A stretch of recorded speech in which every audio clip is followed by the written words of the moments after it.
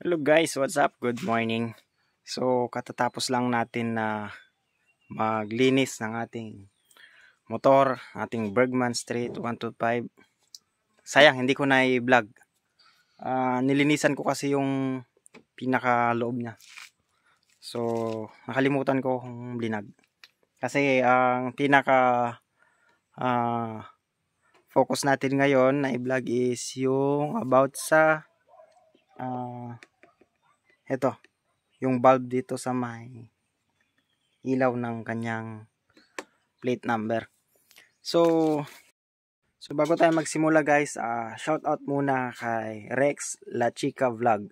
So shout out sa iyo, idol. So papunta tayo dito sa kanyang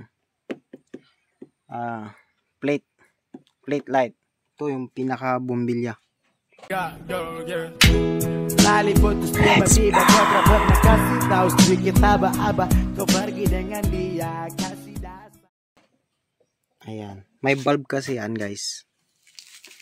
Ayan, may bumbilya po dyan na maliit. So may nag-message kasi sa akin, may nag-direct message kasi sa akin na tungkol sa kanyang bumbilya na hindi daw gumagana, napundi. Kasi nakita ko yon nung may comment siya, may post siya doon sa group namin na ano daw yung ka-size niya or inilink daw sa Lazada or Shopee tungkol sa bulb. Tungkol sa bulb na napundi. So nag-comment ako doon sa kanyang post. Sabi ko, PM mo ako, Paps, baka sakaling matulungan kita. Pawis ako kasi init eh. So yun, nag-message siya sa akin. Tapos tinanong niya kung ano yung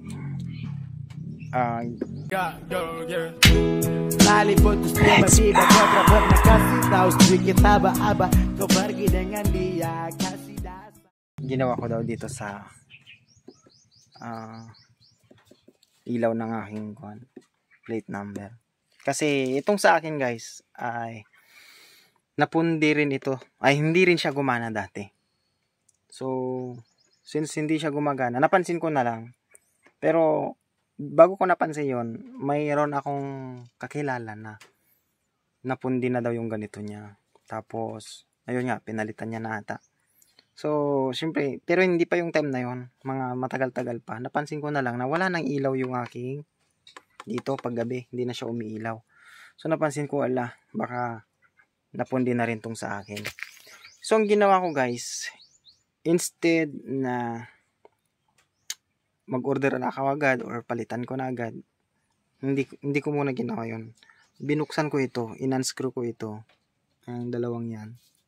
Tapos may matatanggal ka dyan, bubunutin mo para lumabas yung bumbilya niya. Tapos hatakin mo siya. Ang ginawa ko guys ay nilinisan ko yung pinanggalingan ng bumbilya.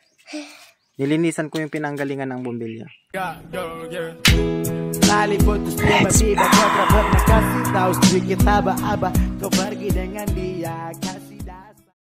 So yung ginawa ko guys ay nilinisan ko yung pinanggalingan ng bumbilya. Tapos brinash ko, pero dry brinash ko siya, tinanggal ko yung mga nabuong alikabok. Then pagkatapos blower ko siya, yung blower ng buhok, bloweran mo siya para malinisan siya. Then pagkasalpak ko, trial and error lang, iniikot-ikot ko siya. Then nung pagkasalpak ko, switch ko na siya, switch ko yung motor para malaman ko. Then wala, hindi pa siya umiilaw, pero ang ginagawa ko, sinasalpak ko tapos iniikot-ikot ko siya hanggang sa nakita ko umilaw na lang siya. So yun, hindi pa pala siya napundi. So ibig sabihin, dahil lang siguro sa dumi, kaya hindi umiilaw yung bumbilya natin. So wag tayo agad mag-replace ng bulb, wag tayo agad magpalit ng bumbilya. Huwag tayo bibili agad. Hanggat maaari ay suriin muna natin kung pwede pang ayusin yung bumbilya ng Bergman natin. Tapos isa pa guys, additional lang. Yung bumbilya, hindi naman nawawala doon sa area nyo siguro na mayroon kayong kaparehong Bergman. So if ever experience nyo ito guys na hindi na gumagana yung bumbilya ng motor ninyo, yung sa plate number niya, pag hindi na yun gumagana, hindi na siya umiilaw, ang gawin nyo dyan guys ay Nalipot terus tiba-tiba kau terbuat kasih tahu sedikit aba-aba kau pergi dengan dia kasih dasar. Itanggalin nyo siya, then punta kayo sa kakilala nyong mayroong Bergman din, friend or ka-riders, ayan, kagrupo.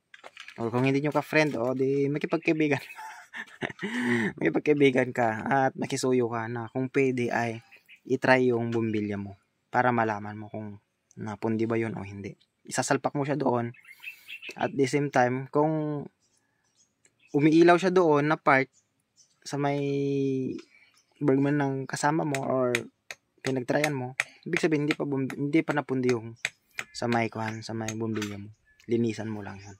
So, yun lang guys. Huwag tayong basta-basta mag-order kasi syempre kahit naman nating malit na alaga lang yan, pera pa rin yan. At saka paano kung pwede pa naman pala yun yung bumbilya natin. Kailangan lang pala ng linis. Kasi marami na rin akong kakilala na ganun yung nangyari. So, kaya ginawa ko lang din yun. Ayan. At ginawan ko na rin siya ng vlog guys. So, yun lang. Hopefully, nakatulong din itong video na to, yung vlog na ito sa inyo. Lalo lang sa inyo. Sa mga baguhan. Ayan. Kapag bago lang kayo sa Bergman, kailangan kulikutin nyo talaga. Kulikutin nyo. Tapos maganda rin yung nagtatanong din. So yun. Sana yung mga baguhan na naka-experience ng gano'n na hindi umiilaw yung kanilang plate light ay wag basta-basta bumili.